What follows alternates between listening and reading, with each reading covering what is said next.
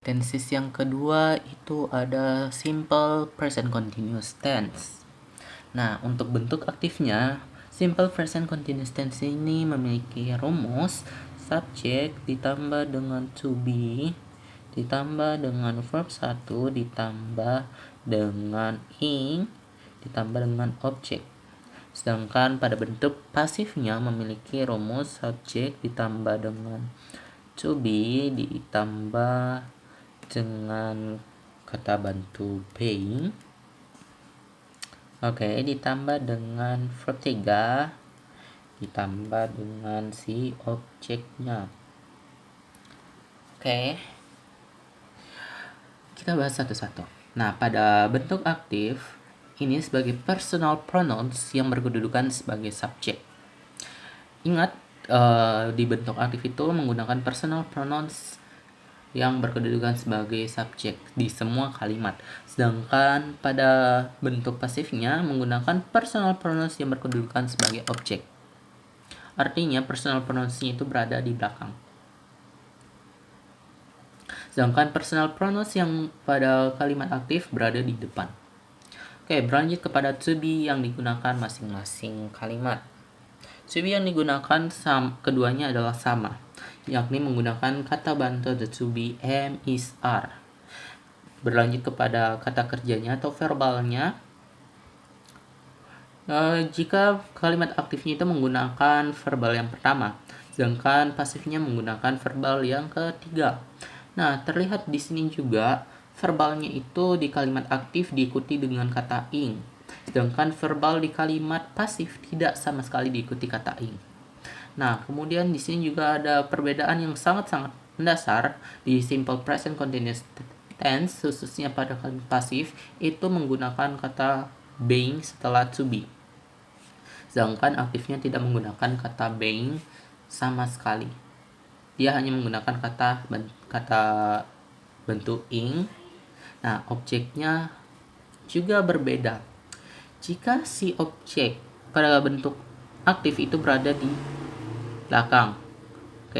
Sedangkan di bentuk pasif itu yang berada di belakang adalah personal pronouns yang berkedudukan sebagai objek. Yang di depan adalah si subjek tapi berupa objek yang dibicarakan sebelumnya di kalimat aktif. Untuk lebih jelasnya kita melihat contoh saja ya teman-teman. Contoh for example atau example. I am was sing the car. I sebagai personal pronouns subject, am sebagai to be dari I, kemudian was sebagai verbal bentuk pertama, diikuti dengan kata ing, kemudian the car sebagai objek. Nah, kita lihat perubahannya teman-teman. The car is being washed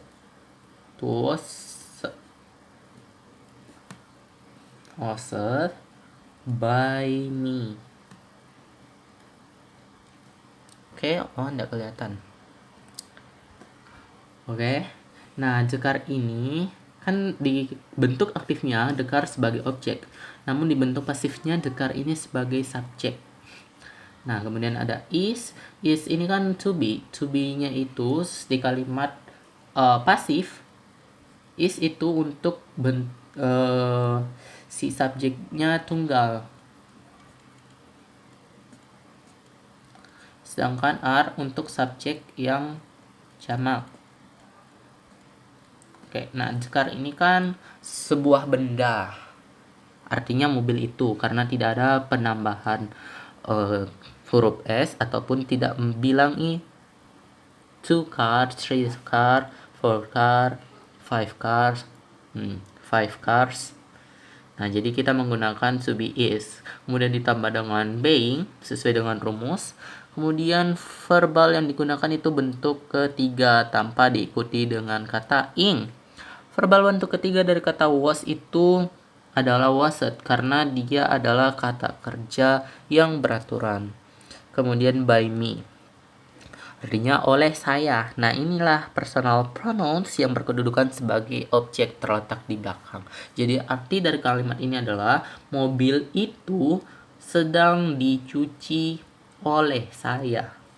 Oke, mobil itu sedang dicuci oleh saya.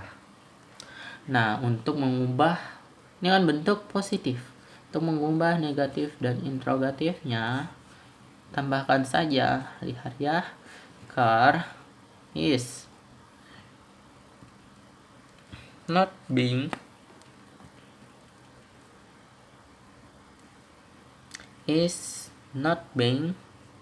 washed by me. Oke. Sedangkan interrogatifnya is the car was being washed by me. Oke.